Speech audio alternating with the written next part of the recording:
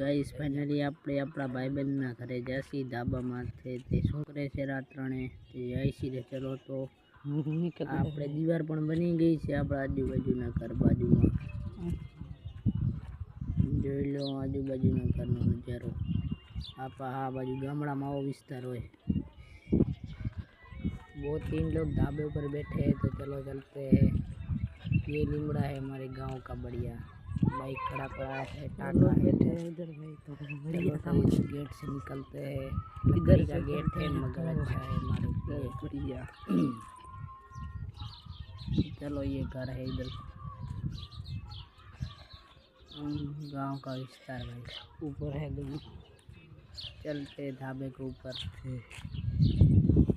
अब सीढ़ियाँ चलने पहले तो हम लोग सीढ़ियाँ चढ़ रहे हैं बढ़िया। अरे भाई तो ये 3 बैठे हैं इधर ऊपर आके इन्हें क्या क्या करे दिखाएंगे। ये गेम खेल रहा है अचक गेम खेल रहा है ये देसी कलाकार का बहुत शौकीन है ये देखो खतरनाक स्माइल।